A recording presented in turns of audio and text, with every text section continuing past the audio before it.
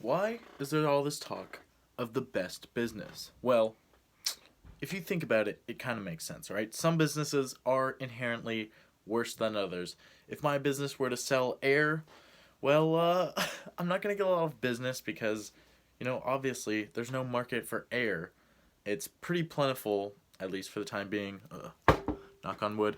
But the point is, some businesses are easier than others. And what I'm trying to say is there's ultimately going to be some businesses that are just better and easier. Now, it depends how you define better, but my definition of business, because basically businesses the purpose of a business is to make money. So the best business will be one that earns money the easiest. So, yeah, what is the best business for earning money easily? Because we want to take the fast track. We do not want to be like toiling away for hours just trying to make like $1 when you could have been making like $100 for the same amount of effort in another business model. So that's what I'm going to talk about today, because I believe I have the answer. Just kidding. But I have an idea, and I'll give you some insights in how to find the answer. So the best business model is a service. All right, and basically the reasons for this that I can pull off the top of my head are, first, it has higher margins than products. If you sell a product, like if it's something like productized, some services can be productized as well. But in general, a lot of products are productized, like toilet paper. The margins on toilet paper are not good because like you have to compete with a bunch of other toilet paper manufacturers, and if like someone's just looking for the cheapest toilet paper, then they're gonna choose the one that is the cheapest, and that person is willing to have like a 5% profit margin or something. So that's why service businesses are better, because you can have a much higher profit margin, just for the work that you're already doing.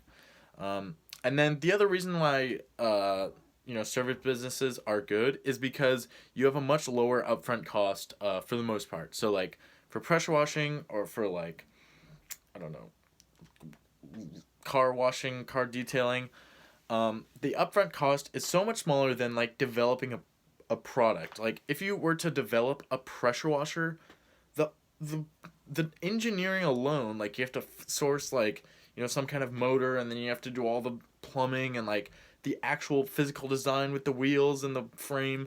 It's a major pain in the ass, at least for someone who's not like a CAD whiz or whatever, or who hasn't designed like 100 pressure washers in their free time.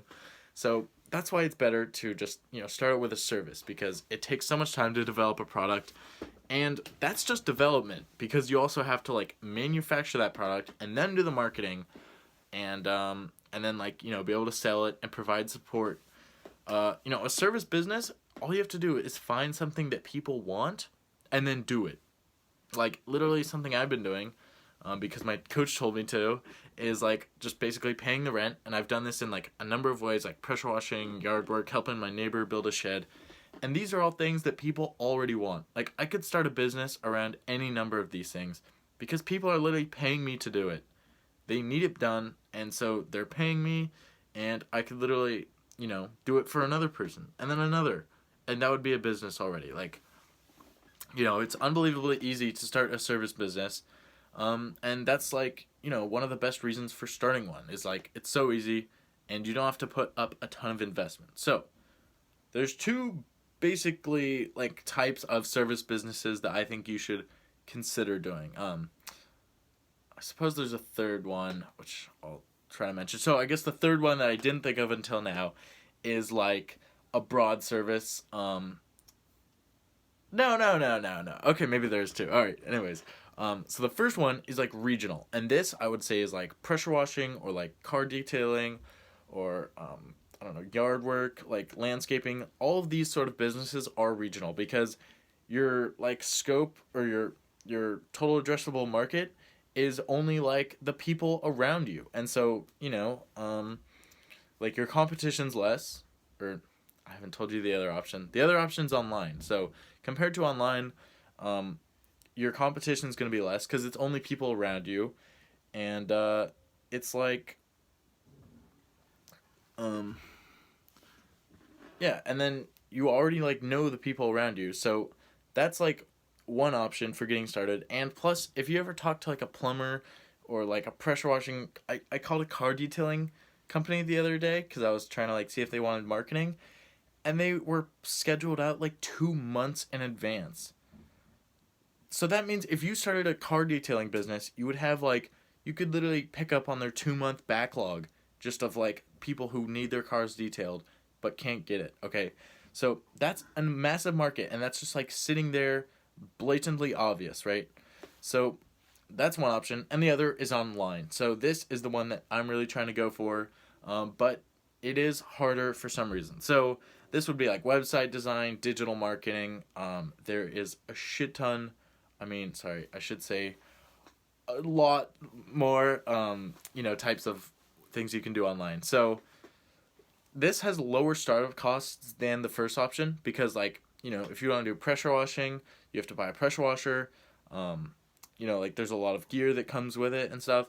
Whereas an online business, you just need a laptop, even a phone sometimes, which obviously like those can be bought very cheap nowadays. I'm sure you could get either one for like $50 if you really looked. So the startup costs are incredibly low, and it can be done from anywhere. Anyone who has like $50 can start it, and that's also why it's more competitive, and there's less of a demand for unskilled labor. So, unskilled like online work. So basically, these are the two different types of service businesses that I've like highlighted, and these are the ones I'm trying to look at. Basically, um, you know, like regional sort of in-person businesses are things that you could do like today, and you could just get started, and you could get the ball rolling really fast. One of my clients for web design is actually like a pressure washing guy. He started like this year. He started like a few months ago, and he was already like booked out all the time, like so busy. Like just a random pressure washer guy. There's already so many businesses around that do pressure washing, and he was booked out doing it on his own, like just right after starting. So it just goes to show you, like, there's so much market there, and it's like so easy to start. So that is an incredible opportunity. And then what I'm looking for though is an online business because I want to be able to travel. I feel like I've like need to see the rest of the world and stuff. So that's really my goal. But this second part of the video right here is about picking which actual service to provide. Okay, so you want to provide a service. It's the best business model for anyone who's unfunded. If you don't have like a few $100,000 lying around, then you probably want to start with a service business. But yeah, so Alex Hormozy has a book called $100 Million Offers, and it's about running a service business and selling people by creating a really good offer. I think the tagline is like, offers so good people feel stupid saying no. So you can sell anything if you can create a really good offer, and that's the point of the book. But in the beginning of the book, he talks about how you need a starving market. So what's the best advantage you can have in a business? Is it the best service? If it's the best product quality? Is the best customer support? No, it's none of those things. The only thing that's super important for a business is a starving crowd. So, like a market that needs that kind of work. If you provide work that people need, like, you're instantly gonna have business. So, that's the really important thing to have. Like, he had an example in the book about a friend who had a newspaper business, and he was working super hard, and it was like just stagnant. Like, he was working as hard as he could, and his business was stagnant. And he's like, he's trying everything. And Alex is like, dude, you gotta look. Like, you've tried everything except for the one important thing, which is your niche.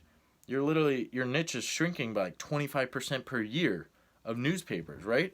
And so that was like his big problem holding him back. So you want to start out with like a growing business, growing like market ideally, because that means like tomorrow there's going to be more work needed than there is today, which is going to be a good thing for you because like obviously you want to have more clients. You want to have like a constant pipeline of new clients coming in.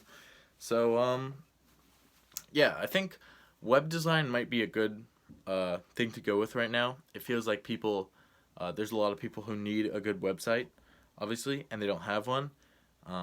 Some people don't like want to get a new website or don't like make it a priority. But yeah, that's ultimately what I'm going to be looking out for, is trying to research like what the best, like online businesses are, and I'll try to report back. But web design's definitely up there, like giving people business just in like the most simplest terms, like managing ads, or like creating landing pages. That's a great way to get people business, other service businesses actually. And that's like, if you can make other people more money, then you're going to make money too. So it's a good opportunity, but I think there might be some other better ones if you have more skill, obviously. Like, if you're like a Web3 blockchain Bitcoin, shitcoin developer, then you're highly specialized. You can probably make more. There might be a demand for it. So, yeah, and I'm hanging out with a friend tomorrow who has a lawn care business, actually. And, what was I going to say? Yeah, basically, he just has the same philosophy that's like, just do whatever is easiest, right? Like, you don't want to work like all the time. I wrote down this good thing that's basically, life is not about money, but money is about life, okay?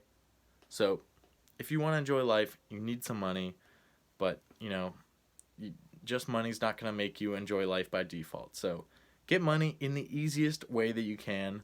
And really, I think that should be everyone's focus, Like, start whatever business will make you money, or whatever work will make you money in the easiest way, and, make you however much you need. So hopefully that wasn't too much rambling. Hopefully this made sense and helped you a little bit.